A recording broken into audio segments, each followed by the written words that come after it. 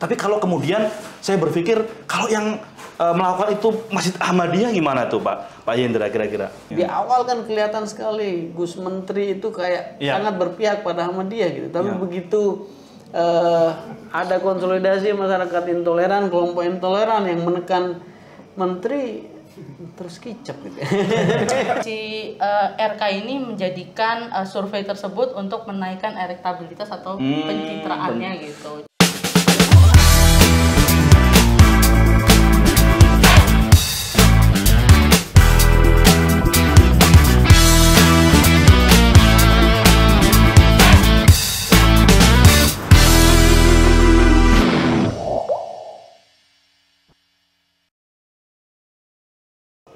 Masih bersama dengan Hamburger Podcast. Joke is almost be a crime. Oh my goodness.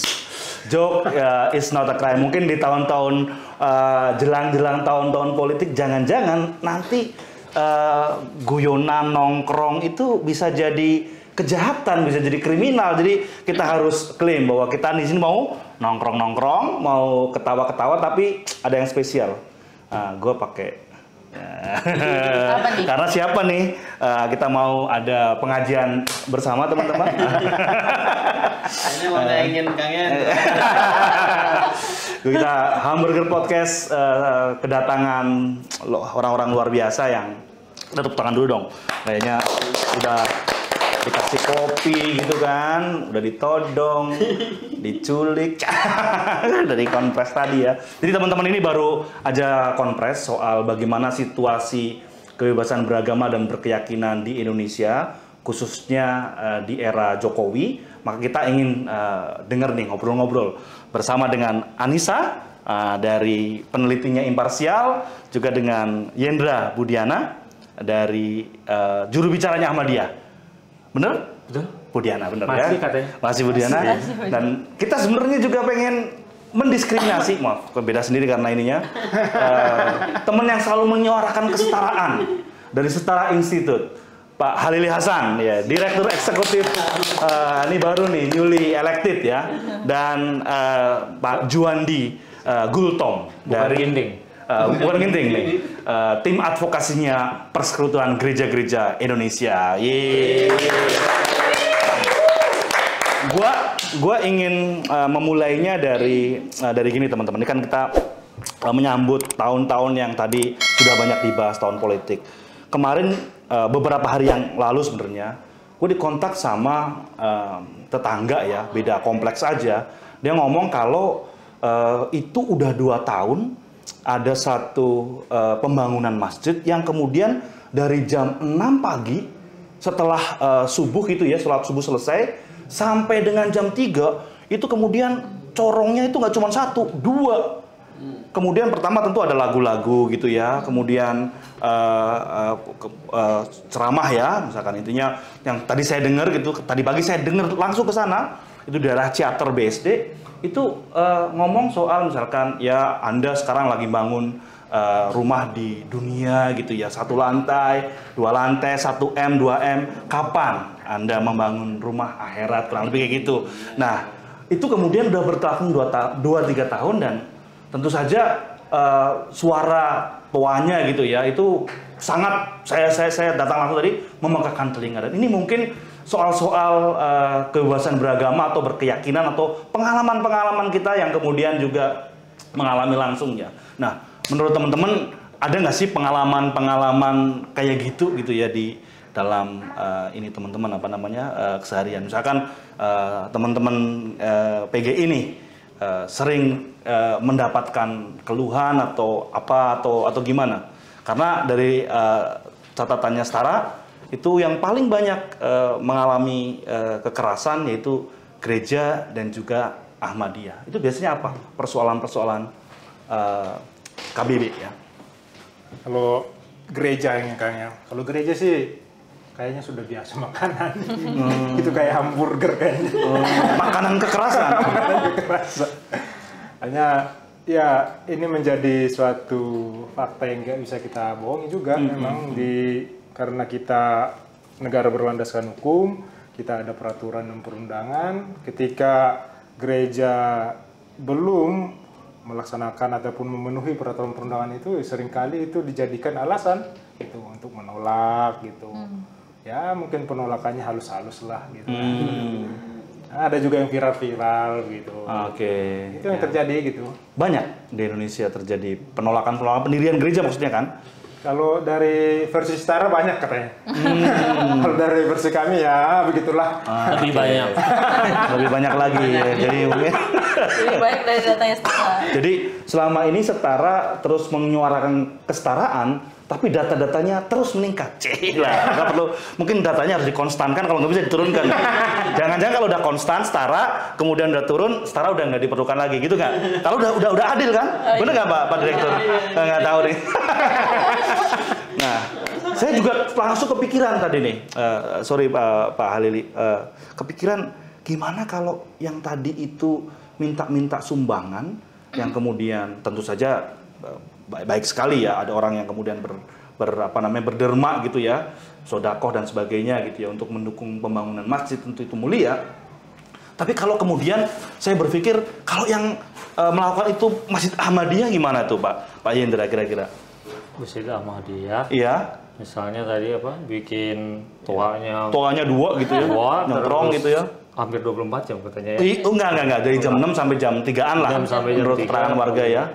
Ini baru toa Ahmadiyah aja keluar, itu langsung ada beberapa kelompok itu langsung datang. Tolong dong Masjid Ahmadiyah, toanya jangan keluar kan suaranya.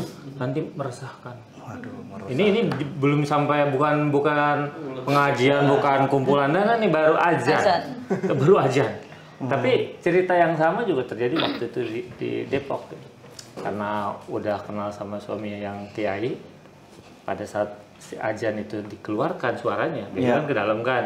Nah, tapi karena banyak orang waktu itu kerja, bersih-bersih, tolong dong katanya toanya dikeluarkan supaya kita tahu waktunya sholat. Nah pas toanya dikeluarkan, kebalikannya nih istri pakai itu datang, kita lagi makan tongseng tuh kayak tadi habis makan tongseng. Pak Hendra katanya, saya kan udah kenal lama ya, jadi saya berani nih tanya apa nih Bu Kiai? Ternyata ajannya sama ya katanya. Berarti Ahmadiyah itu Islam ya. Jadi kita dilematis, keluar ada kelompok yang tidak pengen gitu kan. Tapi tidak keluar disangganya ajannya beda. Oh, jadi keluar keliru kayak filmnya Dono dong. Masuk salah kenapa? Jadi gitu ya. Jadi kalau kemudian nanti Ahmadiyah selama ini saya juga sering dengar gitu kasus yang di Sampang gitu ya.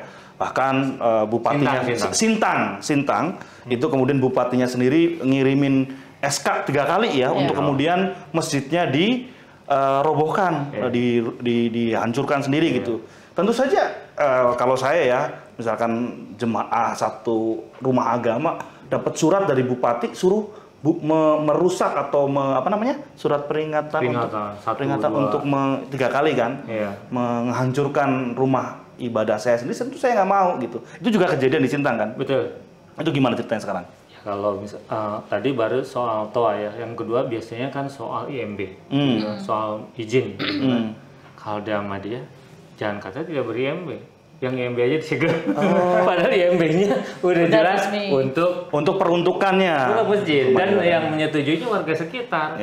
Kita tempuh tuh 60-90 gitu, walaupun sebetulnya ya harusnya tidak sepakat karena kan jaminan kebebasan beragama bukan berdasarkan persetujuan tetangga kan. Nih 60-90 ntar jatahnya yang kita diskriminasi nih.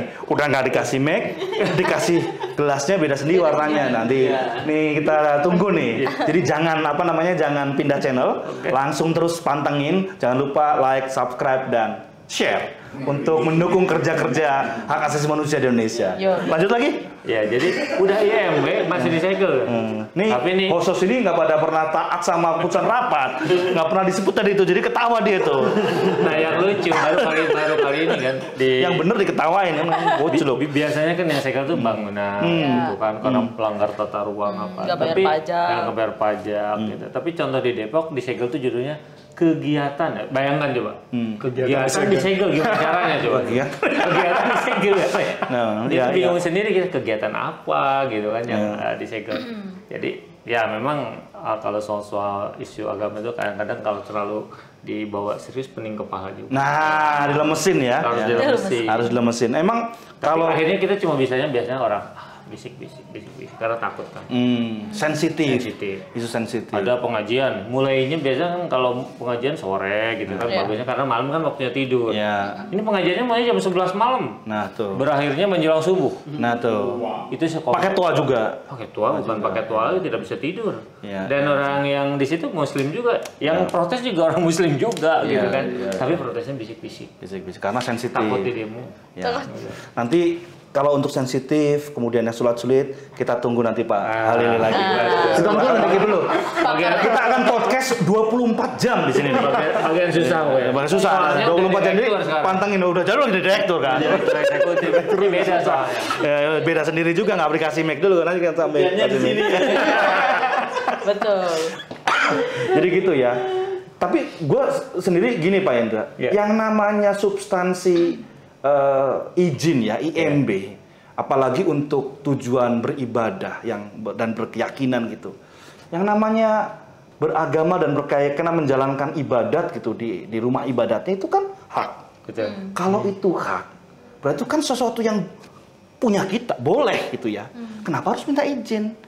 Izin itu menurut gue nih ya, nih saya orang awam nih ya. Izin itu kan kalau misalkan saya mau ngitanin anak, mau nutup jalan nih depan rumah saya tuh komplek, karena jalan peruntukannya untuk lalu lintas kan. Saya minta dikit lah separuh jalannya untuk, karena saya nggak punya duit di tempat-tempat lain, saya nutup jalan dikit untuk kasih tenda nih. Nah untuk kemudian kita saya izin tuh sama RT, RW, Polsek, nah itu kan izin. Betul. Nah kalau untuk beragama beribadah, ini kasus gereja juga kan gitu kan? Di masjidnya sendiri. Di masjidnya sendiri, di tanah sendiri. Kenapa kemudian kita harus izin? Bagi saya izin kan sesuatu yang nggak boleh. Masa beribadah dan beragama itu perlu izin? Emang itu nggak boleh? Nah itu gimana Pak Hendra? Ya emang katanya ada jokes kan di Indonesia ini, untuk jadi orang baik susah banget. Nah, kena kepidana no ya. Orang rezimnya orang baik. Untuk jadi orang baik karena mau beribadah kan mau jadi orang baik kan. Mau ketemu Tuhan gitu kan susah. Susah jadi orang baik ya. Susah bukan sudah jadi orang baik, mau jadi orang baik. Gitu. Karena mau di tempat sendiri aja, mau sholat, mau sendiri kok harus izin dulu gitu. Bingung juga kan. Iya kan, di tanah sendiri, dibangun sendiri. Dan sesuatu yang hak harusnya kan boleh. Kecuali memang itu melanggar hukum, kemudian enggak diperuntukannya, maka perlu izin. Ini kan anyway, sebelum nanti kita ini kan apa namanya princess di sarang ini nih, di sarang penjahat, sorry, penjahat penyamun nih. Nih sebelum ke sana kita kan ya itu kita mau menjadi orang baik aja susah. Sementara ya itu saya sih yakin banget kalau yang namanya ya ini kan cowok-cowok semua nih, ini kan nanti perempuan. Cowok itu nggak pernah namanya itu, makanya nggak ada yang namanya itu man friend. Adanya apa? Boyfriend kan. Nah, karena cowok tuh nggak pernah bisa jadi bijak, nggak bisa jadi orang tuh, makan boyfriend terus nih. Nggak pernah tuh, man friend tuh nggak ada. Adanya boyfriend. Nah, kecuali mungkin teman-teman kita yang namanya Saidiman gitu ya, itu udah jadi man itu. Atau Rahman itu jadi man. Nah, itu mau jadi orang, tadi kan jadi orang yang baik gitu. Nah, itu hotman. Hot ya.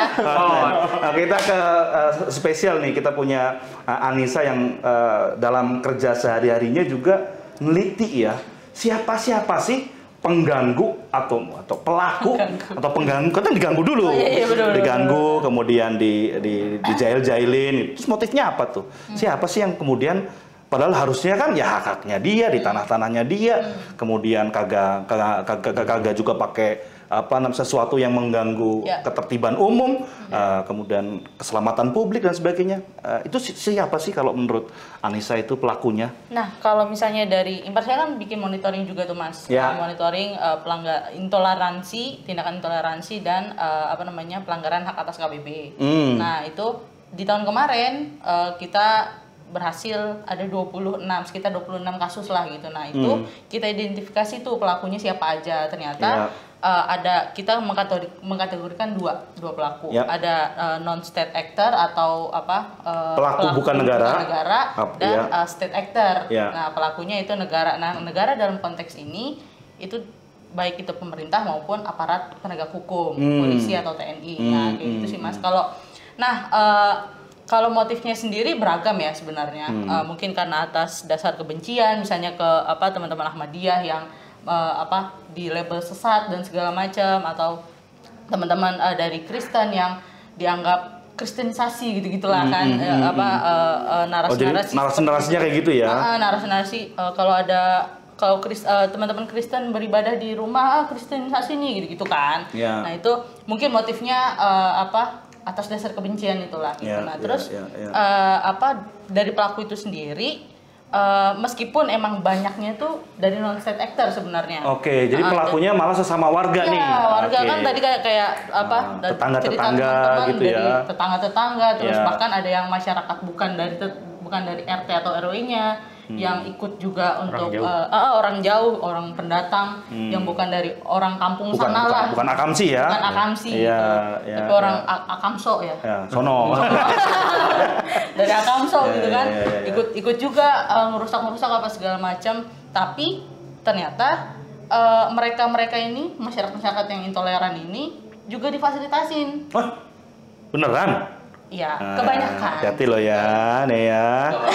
Kalau fasilitasin ternyata oleh pemerintah setempat. Misalnya tadi kayak kasus Ahmadiyah di Sintang, bupatinya bikin SK gitu kan. Itu kan pembubaran berarti, pembubaran dan pelarangan pendirian tempat ibadah gitu kan. Itu kan berarti pemerintah setempat itu juga ikut memfasilitasi, mengakomodir lah, mendorong, mendukung adanya tindakan intoleran yang dilakukan oleh si warga ini gitu. Dan yang bikin sakit hatinya lagi atau yang bikin sebelnya lagi itu kalau pada saat penanganan kasus terjadi itu kan banyak tuh warga masyarakat atau massa yang kemudian ada di TKP gitu. Itu kan pasti ada polisi, ada TNI juga. Nah, itu kadang mereka juga sabodo teuing gitu. Nonton malah bahkan kayak nonton aja, melakukan pembiaran dan sebagainya gitu. Jadi nggak melindungi atau kelompok korban gitu malah melakukan pembiaran dan bahkan meminta si korban ini atau kelompok-kelompok yang diserang itu untuk mengalah. Jangan-jangan terpukul jadi nonton gitu. Wah, gitu ya. Atau gini, atau jangan-jangan dipikir itu tayangan McGregor kali cewek. Kan bukan gitu kan. Bukan dong, nggak bisa gitu dong. Itu kan tanggung jawabnya aparat penegak hukum mengayomi dan melindungi masyarakat. Nah, masyarakat yang mana yang dilindungi? Nah, itu perlu dipertanyakan. Apakah masyarakat yang mayoritas, masyarakat yang kemudian lebih banyak jumlahnya, atau yang kemudian punya kekuatan untuk lebih menekan gitu ya, sehingga mungkin dalam beberapa kasus bisa jadi apakah benar pertanyaannya ini aparat itu kemudian kalah atau aparat kemudian juga terlibat atau gimana nih? Nanti kita tunggu dulu nih ya. Nih, dari penelitiannya Setara. Saya rasa kita harus kasih kesempatan nih siapa yang mau memberikan ininya. Yang terdekat. Kang nggak usah itu dua-duanya tuh karena tuh kan baik-baik kan. Nih bagaimana baiknya orang Ahmadiyah nih ya, juru bicaranya aja siap nggak berbicara, juru bicara siap nggak berbicara untuk ngasih kesempatan buat Pak Halili ya untuk memberikan kayak semacam kultumnya kepada kita semua tentang satu SKS. Bisa nggak? Oke. Beberapa hal tadi Pak Halili. Satu, soal di masyarakat itu ada riak-riak lah ya, yang kemudian menimbulkan sedikit ketegangan soal-soal toa gitu ya, soal-soal kemudian dilarang-larang, suruh izin, kemudian soal-soal kemudian ada penyerangan, aparatnya kemudian nggak sigap, malah kemudian nonton di beberapa penelitiannya. Tapi kemudian kita mungkin bisa jadi ini sebenarnya cuma nonton atau gimana gitu. Nah, menurut Setara bagaimana? Oke, sebelum ke seserius itu gitu ya. Saya jadi paham kenapa Marvel dan DC itu bikin film-film superhero. Karena injustice itu nyata. Ini dia nih. Nanti di Oke, ya. stop dulu. Sekarang superhero kita nanti ya. Siapa? Nanti di akhir ya. Siapa superhero kita masing-masing? Saya punya soalnya. Nanti kita bakal penutup. Ingetin ya kameramen ya nih. Siapa superhero kita masing-masing? Pasti Saya nggak superhero gue pasti paling keren. Nah, coba kita lihat. gitu ya. Pikirin lah ya. Nanti kita cek nih ya. Silakan Saya lanjutkan. bocorin lah superhero saya. Ntar dulu. Wah langsung, ntar dulu nih. Oke. Mentang-mentang dikasih mic langsung. Nah itu dia, karena pelaku diskriminasinya itu podcast ini. Didiskriminasi. Kan Jo. Kan nggak perlu saya panggil Aquaman kan. Ada air di sini, airnya hanya di sini. Akhirnya. Oke, kan. Silakan Pak. Saya kira begini, secara umum ya kalau kita ngelihat data ya data longitudinal yang kami punya dalam 16 tahun terakhir sejak tahun 2007. Sebenarnya secara umum kan ya saya setuju tadi masalahnya ya kita ada masalah di ranah sosial. Tapi ada masalah juga di level negara. Di masyarakat itu persoalannya ya TOA itu gambaran betapa sesungguhnya di tengah-tengah masyarakat kita ada begitu banyak soal yang berkaitan. Kalau kami sih kelompokkan jadi 4 tuh. Ada 4 persoalan di tingkat sosial itu.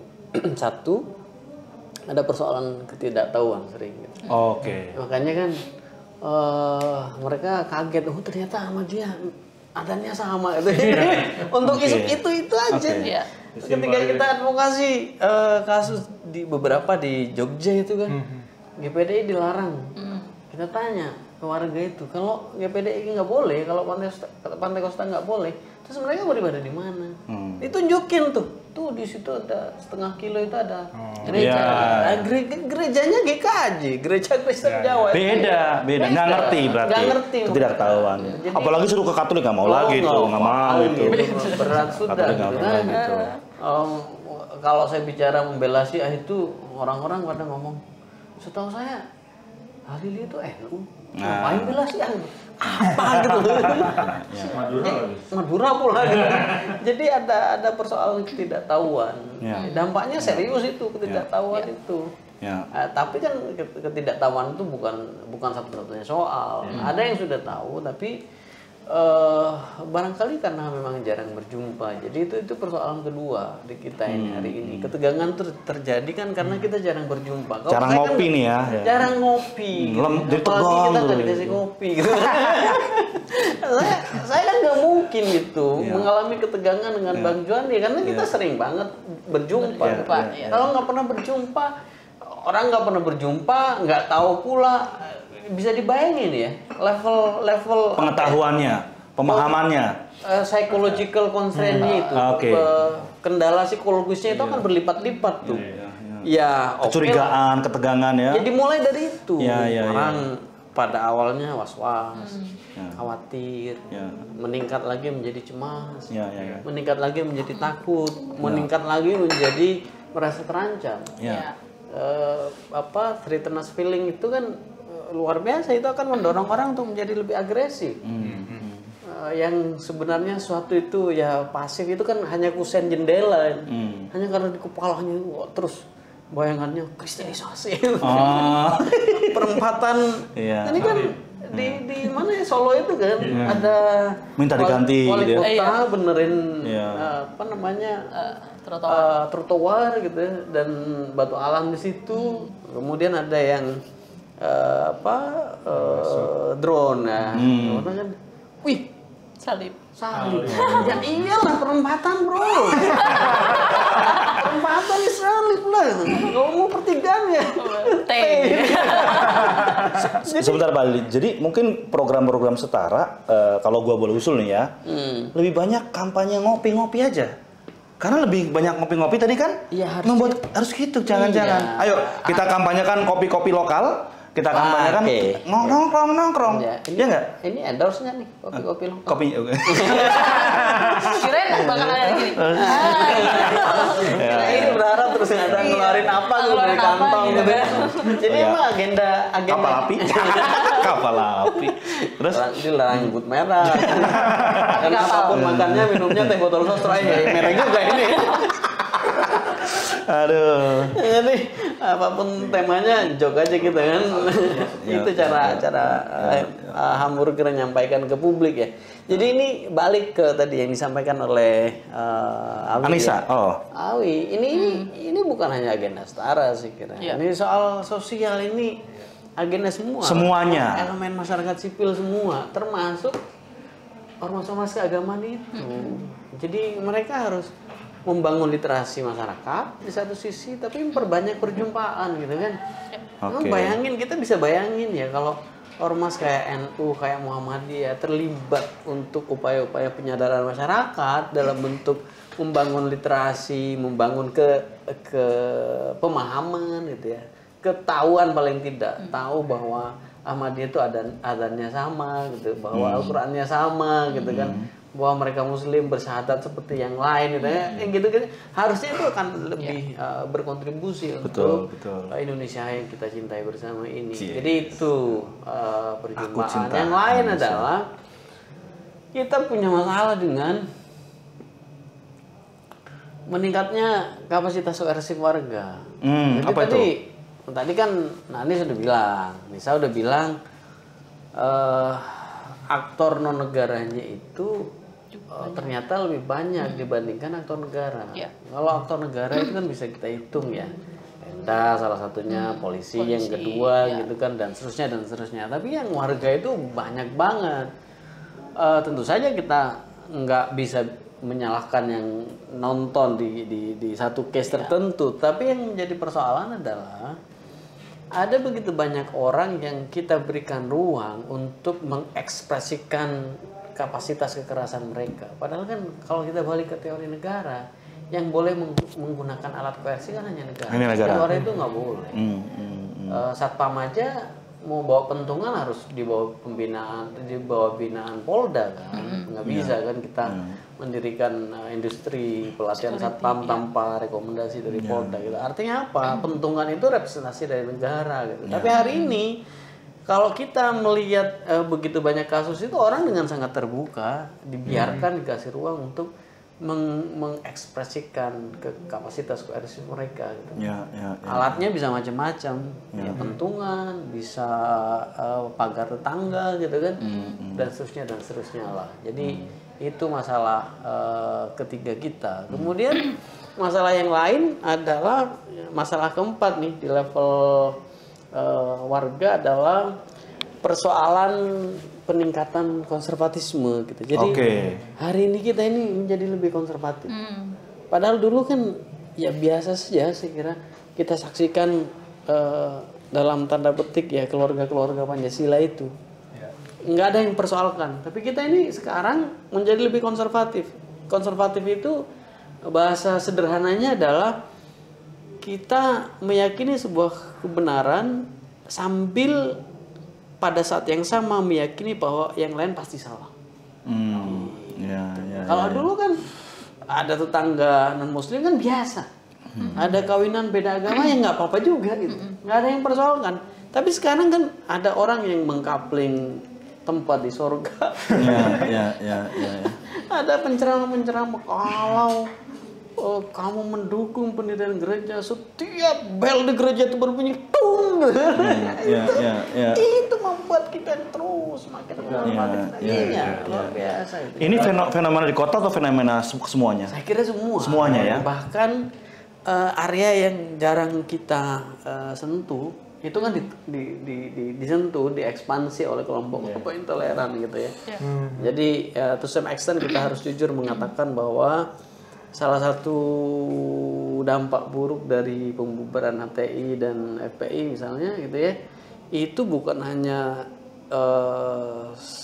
potensi selalu terancamnya masyarakat sipil yang berbeda dengan tafsir kekuasaan politik gitu ya. Bukan hanya itu, tapi lebih dari itu adalah ketika mereka ditutup di daerah-daerah urban, ekspansi mereka ke daerah luar. Itu makin luas ya Mas ya. Betul, dan itu nggak bisa dijangkau oleh NU, oleh Muhammadiyah, oleh PGI, oleh KWI gitu ya. Sehingga ketika kita berusaha untuk misalnya mencermati adakah dinamika masyarakat sipil itu, nggak ada, nol. Siapa yang bisa masuk? Yang bisa masuk adalah kelompok-kelompok itu. Saya dan tim tahun lalu itu diminta untuk membantu satu kabupaten gitu ya. Saya tidak sebut kabupatennya. Yang jelas dia agak remote, itu di Sumatera Selatan gitu. Diminta untuk membantu self assessment, mengassess program-programnya. Bukan seberapa level toleransi. Oh, level Nah, salah satu variabel yang kita cek adalah dinamika masyarakat sipil. Nggak ada dinamika masyarakat sipil itu. Ketika kita turun ke lapangan dan berusaha untuk mencari informasi dari satu kecamatan yang lain di kabupaten itu, ya ketemunya aktor negara saja. Dan ketika saya dan tim ya, ini pengalaman kami. Ketika kami berpindah dari satu kecamatan ke kecamatan yang lain, kemudian kami menggunakan transportasi publik ya, tapi transportasi publiknya itu ya mobil-mobil charteran di situ. Saya cermati itu anak-anak muda itu komunikasinya, Mas. Ukti, Liko besok kamu bawa apa? Itu ya langsung aja kena auto connect, kan nggak ada ini gitu ya. Jadi ini term-term yang biasa dipakai oleh itu yang membuat ini ya. Oke. Halako besok kita mau apa? Ya gitu aja. Jadi ada persoalan peningkatan konservatisme karena kita nggak garap itu. Makanya yang terus harus kita sampaikan kepada publik, kebinekaan itu milik kita semua. Tanggung jawab kita semua juga. Tanggung jawab kita semua. Betul. Jangan dibayangkan ini hanya punya partai tertentu. Garap. NKRI harga mati, enggak. NKRI itu harga hidup ini. Terus dinamikanya terus. Tapi karena Pak Hendra belum nggak ada mic-nya lagi, jadi harus saya kembalikan ini. Sedikit kembalikan karena mau interrupt, saya bilang ntar dulu, nanti nggak percuma kan ngomong kemudian nggak di ini. Nah, menurut pengalamannya teman-teman Ahmadiyah tadi kan apa yang terjadi di masyarakat, Bang Halil keren banget ya bisa nunjukin ada 4 faktor tuh tadi tuh, soal apa yang kemudian masyarakat menjadi lebih konservatif, kurang gaul, kurang ngopi dan sebagainya. Nah, kalau menurut pengalaman persekusi atau beberapa kasus-kasus yang menimpa baik pendirian rumah ibadah Ahmadiyah ataupun serangan-serangan terhadap kelompok maupun kegiatan, bahkan kegiatan aja dilarang-larang gitu. Itu sebenarnya pelakunya siapa dan motifnya apa biasanya itu gitu tuh? Tadi yang sampaikan Halil ya. Pertama, betul sekarang ini polanya menyebar. Dulu kita kan selalu konsen, wah pasti ini Jawa Barat, Pulau Jawa. Sekarang enggak. Ini makin ke daerah. Karena di daerah pasti memang kekuatan perimbangan kelompok-kelompok moderat lebih sedikit. Kemudian monitor dari para aparat negara juga lebih lemah, media juga tidak terjangkau. Kan begitu. Jadi di sanalah malah ya. Di sana. Kemudian yang kedua, trennya adalah bukan lagi serangan langsung. Kalau di rejimnya Pak SBY itu serangan langsung kan, membakar atau demo atau. Kalau sekarang polanya hampir sama, termasuk saya lihat ke gereja juga polanya sama. Jadi kelompok kecil ini dia sudah punya agen-agen di pemerintahan. Menekan kepada pemerintah, khususnya pemerintah daerah. Nah, jadi mereka tuh sekarang legalisasi persekusi. Jadi ada melakukan legalisasi intoleransi. Jadi intoleransi dan persekusi itu menjadi legal karena menekannya kepada pemerintah. Mereka selalu bicara kan representasi dari masyarakat. Padahal hanya beberapa gelintir orang aja gitu kan, tapi melakukan demo. Tapi yang jadi masalahnya kan ada agennya di pemerintah daerah. Dan itu dimunculkan, ketemulah kepentingan kan. Nah, itu yang jadi masalah. Jadi polanya sekarang modelnya seperti itu.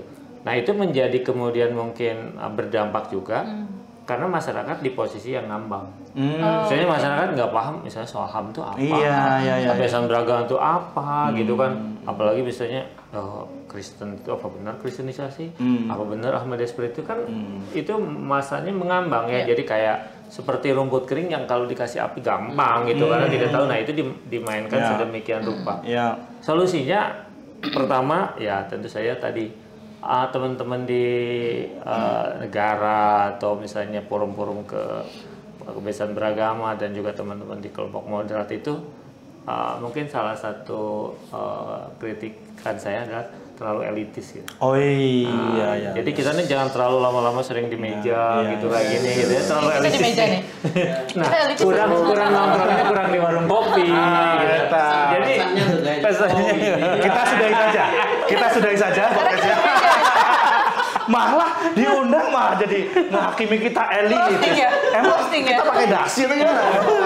Roasting ya? Bos ya. Jadi teman-teman tuh kasihan dari tanda SMP. Setara maksudnya. Kan mereka garapnya dari SMP. Kan direktur eksekutif, berarti kan eksekutif kan. Digarapnya kan SMP. Oh iya. SMA udah punya kelompok-kelompok yang lanjut ke kuliah gitu kan. Nah, itu permasalahannya. Mereka kurang dikenalkan dengan kebinekaan sejak dini. Kemudian tadi nggak ketemu. Nah, gimana caranya nih ketemu biar sakwa sangka itu kemudian menjadi mulai ngopi lagi tuh jatuhnya. Segini tadi yang menarik. Jadi nggak cuman gua aja nih semalam yang kerokan. Pemerintah daerah juga masuk angin. Kesusupan sama agen-agen itu tadi tuh yang kemudian menggelorakan intoleransi tuh kemana-mana, menggelorakan pelarangan terhadap jemaah Ahmadiyah di masjid itu ini. Nah itu kok bisa kayak gitu? Gimana Pak Indra? Itu fenomena umum atau itu apa sih agendanya mereka kok sampai katakanlah ngebajak ya gitu ya agenda pemerintah daerah? Saya ambil contoh kasus Cianjur ya. Cianjur 2005 sejak peristiwa penyerangan di Parung 2005 itu langsung Cianjur ada pembakaran. Dan itu masak langsung. Tahun 2005 itu. Rumah-rumah Ahmadiyah itu dikasih tanda X yang artinya rumah Ahmadiyah. Wih, ada kayak gitunya kayak dan dibakar. Udah itu dibakar entah bukan cuma terjadinya pada masjid tapi pada properti semua. Artinya udah jiwa, udah properti gitu seperti itu. Tapi kemudian kenapa kok cepat banget untuk kemudian masyarakat itu menerima kembali masjid yang bisa dipakai, kemudian tidak ada lagi pelarangan bahkan berkolaborasi. Beda dengan misalnya Depok dari 2011 sudah lebih dari 10 kali penyegelan ulang. Tapi masanya itu tidak ada yang signifikan karena jauh dari Ciseeng misalnya masjidnya di Sawangan, masanya dari Ciseeng kan nggak nyambung gitu seperti itu. Padahal nggak ada yang dari Sawangan ya Mas ya. Di Ahmadiyah di Depok itu lebih kecil jumlahnya dibandingkan di Cianjur yang lebih besar. Tapi apa yang terjadi padahal garis ada di Cianjur ya, salah satu kelompok penekan. Karena di Cianjur pemerintah daerahnya tidak aktif.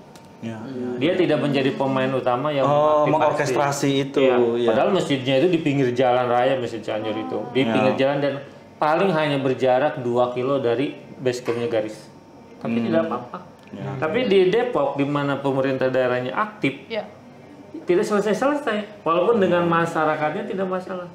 Jadi jauh lebih cepat selesai sebetulnya pada saat dengan masyarakat, karena dengan masyarakat itu lebih banyak soal ketidaktahuan saja.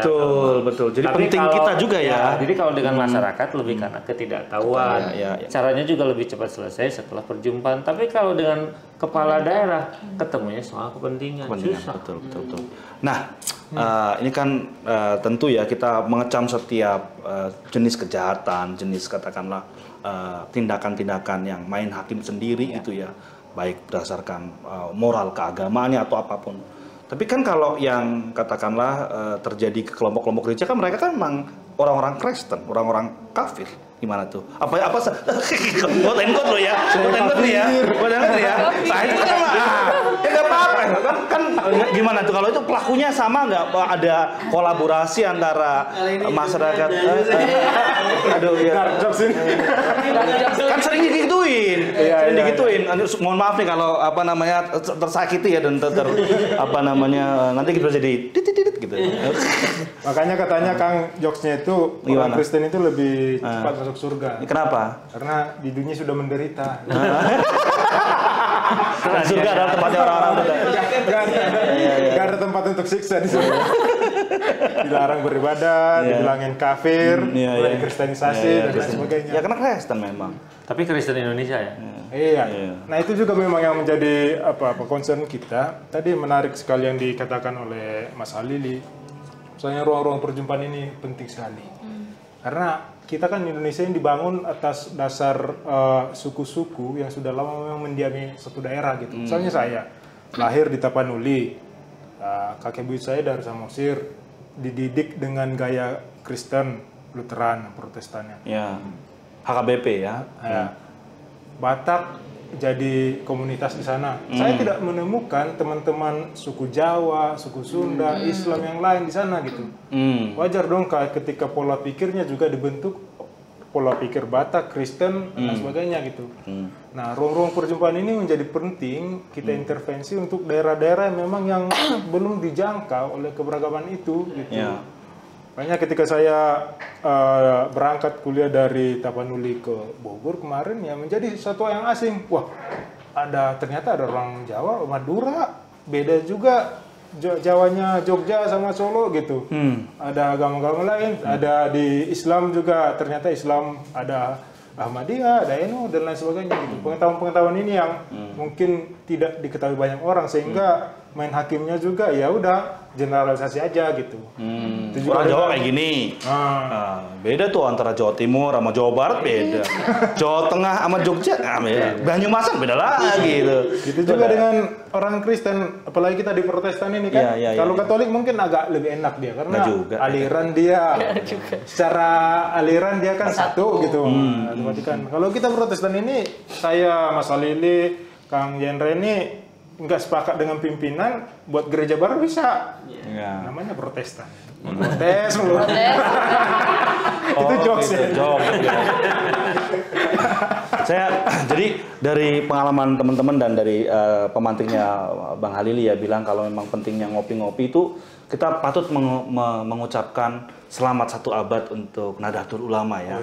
Saya rasa itu penting itu kita kasih kredit di sini gara-gara apa? Kayaknya kelompok-kelompok yang kemudian menyuarakan toleransi, kemudian menyuarakan juga kerukunan gitu ya, itu NU berkontribusi besar dalam konteks ini dan saya rasa itu kayak saya rasa juga barangkali kematangan juga dalam berorganisasi. Kita organisasi baru paling 10-20 tahun gitu ya. Mereka sudah 1 abad gitu ya. Jadi saya rasa kita mengapresiasi. Jadi memang ya perbanyak ngopi-ngopi kali ya. Ada lagi nggak yang mungkin bisa disampaikan dalam konteks gitu tadi, gereja itu? Di Kristen karena kita relatif gampang lah buat gereja, sehingga teman-teman lain dari agama lain, misalnya satu daerah ada 3 gereja nih. Ini kamera di sana bisa ngeliat sana nggak? Oh iya. Tuh. Ini ada 3 gereja misalnya. 3 nih kayak gini. Orang ini bukan nggak dihitung nih. Orang akan protes di suatu daerah. Kenapa di satu daerah ada banyak gerejanya banyak aja gitu? Iya. Padahal jamaahnya sedikit gitu. Iya. Nah, padahal kita kan di Kristen itu tadi yang saya bilang ini berbeda-beda alirannya gitu. Paling protes satu sama lain ya, sehingga beda alirannya gitu. Jadi ini bukan nggak bisa ya. Beda denominasinya. Denominasinya beda. Kita sebut denominasi. Oleh karena itu ketika satu dilarang karena yang 2 dilarang karena 1 sudah ada, ini juga nggak adil gitu.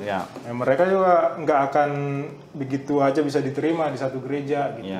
Karena itu teman-teman, kalau ada gereja-gereja di satu tempat mungkin lebih banyak dari jumlah masyarakatnya ya haraplah maklum gitu. Karena memang acaranya seperti itu gitu. Mau gimana lagi gitu. Hal seperti itu mungkin. Nanti di samping Masjid Ahmadiyah aja nggak sebelahan ya. Jadi rumah ibadat, nggak cuma co-working space gitu ya. Co-working space. Ada lahannya. Belum ada ininya. Sekarang ke Anissa dulu nih ya. Tadi Kang Yendra menarik tuh ngomong kalau sekarang menyebar nih ke daerah-daerah. Seolah-olah tadinya kalau setara rilis pasti biasanya tuh Jawa Barat dulu tuh yang katakanlah provinsi yang paling tertinggi untuk kasus intoleransinya. Tapi kemarin kepala daerahnya, gubernurnya melalui satu itu dia mengatakan bahwa Jawa Barat termasuk yang paling toleran. Paling toleran. Jadi mungkin jangan-jangan ini ada kepentingan politik jangan-jangan. Daerah yang dikatakan sama beberapa penelitian setara ya, hotspot yang paling intoleran, begitu ada momentum politik bisa juga simsalabim jadi daerah yang toleran. Itu kenapa? Gimana? Jadi ada ya ini kalau dari analisis teman-teman imparsial kemarin yang ngobrol gitu, ini kenapa pas mungkin imparsial juga bikin laporan tahunan gitu ya soal kondisi KBB. Setara juga waktu itu juga kita bikin diskusi sama Komnas HAM bilang kalau Jabar ternyata kota yang intoleran, nggak mau bilang intoleran sih, ya maksudnya itulah gitu. Dengan provinsi kalau Jabar ya, provinsi yang memiliki rekor pelanggaran KBB paling banyak, nggak mau bilang intoleran ya, tapi bisa menyimpulkan lah ya teman-teman gitu. Jadi dari situ terus nggak lama kan ternyata Ridwan Kamil sebagai gubernur Jabar melakukan survei persepsi. Tadi juga ngobrol sama Mas Halili, ini kenapa tiba-tiba ujuk-ujuk ada survei persepsi yang mungkin kalau ini menurutku pribadi ya itu nggak academic base gitu lah surveinya. Jadi maksudnya survei persepsi dengan jawaban yes or no, bukan jawaban terbuka yang kita bisa jawab panjang apa segala macam itu jadi ini jangan-jangan momen tahun depan yang ya kita juga tahu lah Ridwan Kamil banyak digadang-gadang untuk Gubernur Jawa Barat ya, banyak digadang-gadang akan maju ke RI 1, RI sekian lah ya. Sekarang RI sekian, jadi mau menuju RI 1. Nah itu jadi kayak si RK ini menjadikan survei tersebut untuk menaikkan elektabilitas atau pencitraannya gitu. Jadi adalah itulah analisis itu jangan-jangan ini dijadiin tunggangannya dia untuk memberikan citra baik dia sebagai gubernur Jabar untuk bisa melanggengkan diri ke tahun depan gitu. Itu sih Mas kalau dari kita. Oke, thank you banget nih. Jadi mungkin kita bisa kayak gini, demam kayak gini soal beragama dan sebagainya. Saya rasa ada yang salah nih Pak Halili dalam bernegara kita. Kok bisa 25 tahun reformasi, demokratisasi dan sebagainya malah kemudian kita beragama aja susah. Itu kenapa tuh? Yang harus dibenerin apa Pak? Saya kira ini kita memang tetap harus berada dalam kerangka bahwa negara adalah duty bearer. Gitu. Kita tentu mendorong masyarakat sipil untuk memperbanyak ngopi-ngopi. Duty bearer itu apa tuh? Pemangku kewajiban. Dia pemangku kewajiban bagaimanapun. Jadi nggak bisa kita mengandalkan NU untuk memperbanyak perjumpaan antar kelompok agama di tengah-tengah masyarakat. Tetap aja negara itu harus hadir memenuhi kewajiban dari negara. Negara ini kan secara umum, saya melanjutkan apa yang tadi di awal saya ingin katakan bahwa masalah ini kan bukan hanya masalah sosial, ini bukan hanya persoalan sosiokultur. Kita berhadapan dengan persoalan negara juga. Negara itu saya kira juga mesti mengadres, menyelesaikan gitu ya 4 persoalan utama yang ada pada mereka, mulai dari persoalan regulasinya ya. Mulai dari kemudian yang lain adalah tata kebinekaan. Kemudian kapasitas aparatur.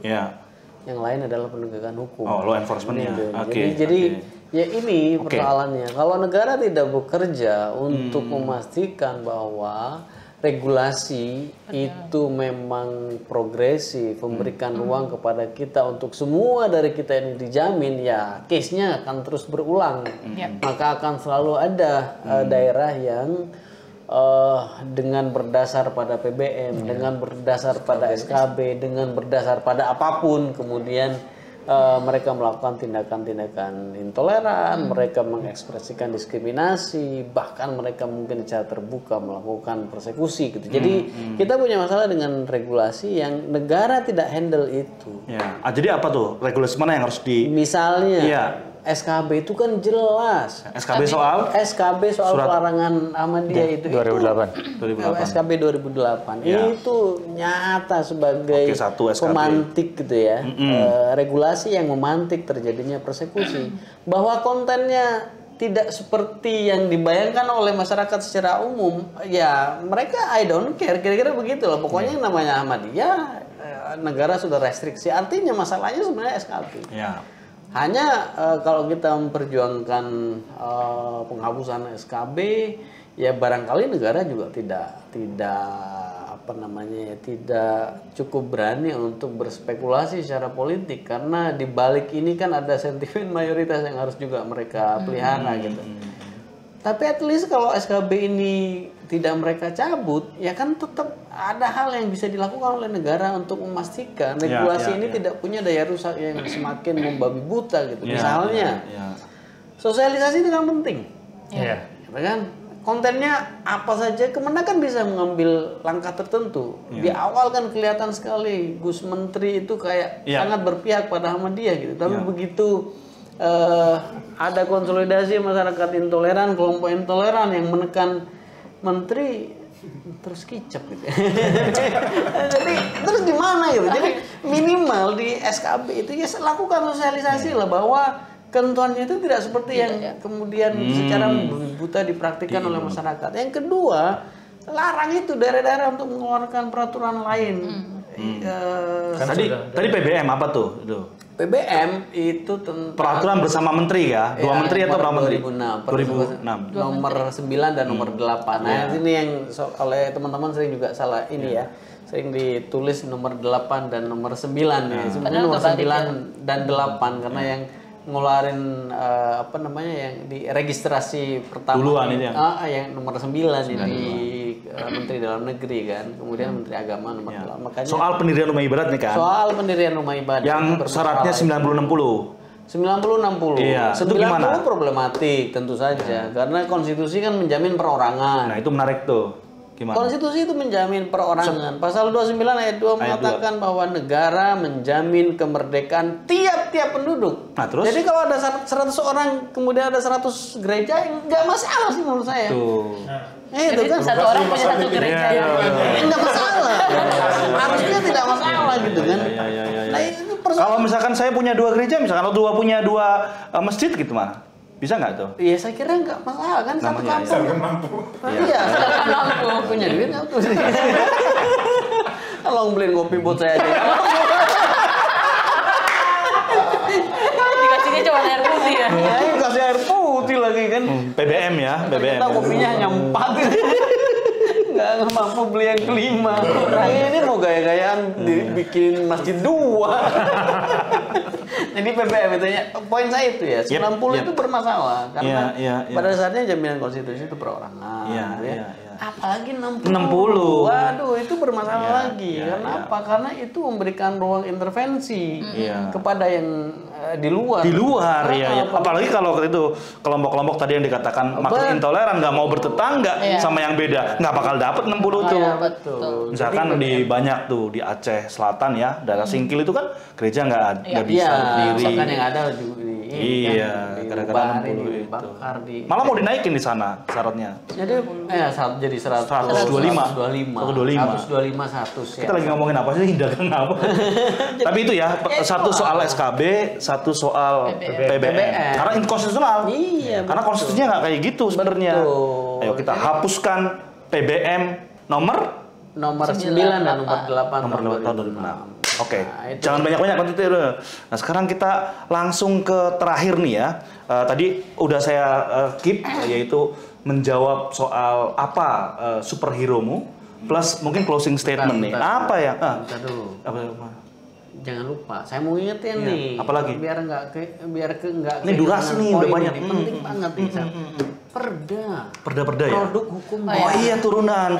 Ya. Produk hukum daerah nggak selalu perda, bisa instruksi, SK. bisa peraturan wali kota, bisa SK, bisa macam-macam. Jangan lupa tuh. SKB lah. SKB lokal Pak. Nah, SKB lokal. SKB Ada lagi. Iya, Dari mulai Jadi SKB itu ada SKB lagi. sampai tingkat RT. Nanti di closing statement aja. Ntar dulu jangan ini. Ya, Maksud saya di bagian itu kita harus katakan bahwa PBM dan SKB itu turunannya di daerah-daerah banyak nih. So sekarang Jokowi dan pemerintah pusat mau nggak tegas nih menertibkan yang di daerah-daerah ini? Atau mau jualan pidato aja bilang kebebasan beragama. Kan tanggal itu kemarin ya, tanggal 17 Januari dikumpulin semuanya. Setelah itu kan dibilang Forkopimda jangan bikin kesepakatan yang melanggar konstitusi. Konstitusi di atas kesepakatan itu. Kemudian Forkopimda bikin kesepakatan dan Pemda yang mengeluarkan SK. Nampar nggak tuh? Nampar. Pertanyaan saya di mana udah presiden kemudian dalam konteks itu gitu kan. Jadi sekarang kalau tadi ditanya ini mau dipindahkan nggak nih? Ntar dulu. Nih, tadi inkonstitusional. Kemudian perlu dibubarkan itu. Tanggung jawabnya sekarang soal agama itu tanggung jawabnya siapa? Pemerintah daerah boleh atau? Tarik dong, itu kewenangan absolut pusat kok. Oh, jadi sentralisasi lagi nih? Kalau untuk itu memang nggak pernah didesentralisasi. Memang nggak pernah. Nggak berlawanan sama agenda reformasi nih? Nggak berlawanan dalam konteks itu. Karena agama itu kan urusan pusat Iya, urusan pusat. Nggak pernah Jadi perda-perda nggak bisa tuh ya? Harusnya itu mesti di-handle ya. Sepanjang berurusan dengan agama, mereka tidak punya kewenangan itu. Karena urusan agama itu kewenangan absolut pusat. Saya pindah ke Nah, pindah ke sana nih. Nih sekaligus nanti ke closing nggak apa-apa, nanti belum dibilang juga nggak apa-apa kan, bisa digeser. Nah, silakan gimana kita bisa memperbaiki baik sebagai peran masyarakat sipil maupun peran negara, peran mungkin legislatif, peran media yang perlu yang urgent didorong. Mungkin sambil dikaitkan sama superhero-nya. Nah, itu menarik tuh. Karena superhero bisa menyelesaikan sesuatu kan. Nah, mungkin bisa terinspirasi sama siapa superhero-nya kalau ada. Soalnya saya punya nih kuat banget nih, nggak mungkin bisa dikalahkan superhero saya sama yang lain. Gak boleh Mas Awi duluan nih, biar ngasih contoh. Pasti nanti jadinya nggak nanti aja, karena superhero ku lagi saya ciptakan nanti, tapi teman-teman bisa setuju semua nih. Ya, apa closing statement dan juga apa yang bisa kita lakuin? Ini closing statement dulu ya. Boleh, kalau supaya enak. Closing statement dari aku sih ini ya, mungkin nggak jauh-jauh dari konvers tadi lah. Gimana untuk memperbaiki ini semua, nanti mungkin kalau peraturan dan lain-lain biar Kiai Haidi yang ini. Ustadz. Iya, Pak Kiai. Salam. Kalau kami sih dari Parsial lebih ke merujuk tadi ya, statement presiden soal jaminan perlindungan KBB. Jadi untuk presiden, mendesak presiden jangan hanya berhenti di statement itu aja, tapi juga mungkin tadi di diskusi belum sempat di-mention soal Kemendagri yang punya kewenangan untuk mengontrol pemerintah daerah beserta kebijakan-kebijakan yang diproduksi oleh pemerintah daerah gitu kan.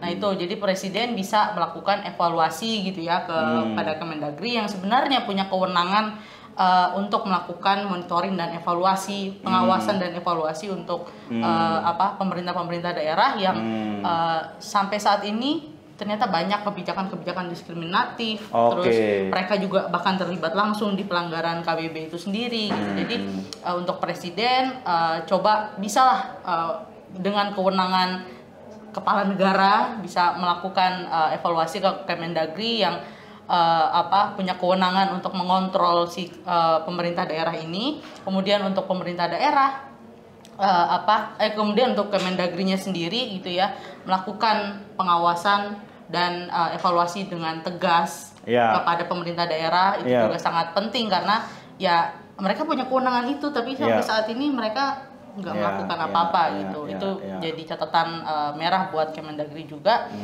Kemudian untuk pemerintah daerah mungkin kita juga semua setuju ya untuk tidak mengeluarkan atau bahkan membatalkan semua kebijakan diskriminatif yang sudah tadi kayak Mas Hendra bilang SKB lokal itu jangan sampai ada lagi yaitu karena emang kewenangan negara untuk melindungi dan memberikan jaminan perlindungan kepada setiap warga negara, setiap warga daerah mungkin kalau mau lebih khusus gitu kan. Dan kemudian juga yang terakhir untuk aparat penegak hukum, baik itu misalnya TNI atau maksudnya kepolisian atau TNI yang memang memiliki wewenang untuk mengayomi mengayomi dan melindungi warganya untuk ke depan bisa memiliki perspektif korban gitu lah. Oke, berperspektif. Berpihak pada korban, jangan melulu korban yang disalahkan lagi. Gitu. Itu sih. Siap, Mas. Mendagri dan juga aparat semoga lebih sensitif juga. Ya. Superhero-nya ntar dulu, tahan dulu nih Pak Simik dulu. Enggak, closing statement dulu. Silakan. Ini lagi bikin lagi Ya, dari. SKB lokal juga mungkin silakan di Ya kalau closingnya kan ini. ya closing dan juga ini. Kayaknya SKB udah terlalu sering. Kalau kami sih berpikir di Ahmadiyah bahwa segala kebaikan itu datangnya dari Tuhan. Iya. Sedangkan kebencian itu pasti pengaruh dari setan. Maka sebagaimana hampir semua kelompok mengatakan hal yang terbaik itu adalah bermanfaat dan berbuat baik untuk semua orang. Love for all, hatred for none. Ya kan? Hashtag. Nanti kasih superhero-nya kasih hashtag itu. Oke, geser dulu ke teman-teman PGI nih. PGI berpandangan bahwasanya untuk kebebasan beragama memang perlu nyali yang kuat dari pemerintah. Oh, pemerintah yang bernyali ya. Jadi selama ini? Soalnya ini mau tidak mau memang keberagaman masyarakat Indonesia ini akan ya pasti ada, itu percaya kita. Tapi ketika pemerintah bisa tegas, ini yang dilarang, ini yang tidak. Ketika tindakan masyarakat katakan A, tapi pemerintah katakan, oh ini nggak boleh. Ini dilarang sama undang-undang dasar gitu. Itu sepertinya akan meredam tindakan intoleran. Ya. Jadi Tegas lah ya. pemerintah juga kita harapkan tegas. Yap. Yang kedua juga mungkin memang kami juga kadang-kadang jadi dilematis nih Bang Awi dengan reformasi kita gitu. Karena catatan kami memperlihatkan setelah reformasi ternyata gereja itu semakin susah mendapatkan izin. Bahaya itu. Itu berbahaya sekali karena data yang kami punya, gereja-gereja yang letaknya strategis itu dikeluarkan di zaman-zaman Orde Baru semua izinnya. Ketika kita sudah di masa reformasi, Enak zamanku ya. gereja itu Enak zamanku ya. gereja-gereja itu mulai berpindah lokasinya ke daerah-daerah yang sedikit agak di belakang-belakang, tidak di jalan-jalan protokol, dan itu juga susah dapat izinnya. Ya. Oke. Butuh nyali. Nah, sekarang nih perlu nyali nih, nggak cuma punya hati tapi juga punya nyali. Nah, ini presiden yang kita dukung nanti di tahun 2020. Sekian. Karena bisa jadi perpanjang kan. Masalahnya itu sampaikan. Saya kira berangkat dari apa yang tadi disampaikan oleh Bang Juandi ya. Memang jangan-jangan ini semua adalah ekspresi dari frustrasi kita, kelompok minoritas dan kelompok yang selama ini terpinggirkan dari akibat tidak bekerjanya negara dalam begitu banyak konteks. Padahal kalau kita mau kembali ke perspektif negara bangsa Indonesia yang dibayangkan oleh para pendiri negara, itu Indonesia adalah negara satu buat semua, negara semua buat satu, negara semua buat semua. Jadi jangan sampai ada yang karena jumlahnya sedikit Bhinneka Tunggal Ika ya. Ini semua berkontribusi untuk republik ini. Maka ketika kita kemudian atas nama jumlah, atas nama politik, atas nama kepentingan atau atas nama apapun lalu mendelegasi hak-hak yang sedikit itu, maka sesungguhnya kita sedang menggerogoti keindonesiaan kita. Oke, terakhir, siap superhero-nya siapa? Yang mau aja, yang punya. Kang Hendra ada? Dan kenapa? Nah, kamu juga punya dong nanti dong, jangan kasih-kasih. Kayak mau skip aja nih, nggak mau ngadu superhero sama gua. Nanti kan nanti kasih. Kok kasih kalau Kang Hendra siapa superhero-nya? Superhero tentu kalau di Indonesia ya. Boleh, depan aja. Bagi kelompok terpinggirkan, bukan cuma Muhammadiyah, saya pikir Gus Dur ya. Wih, kenapa?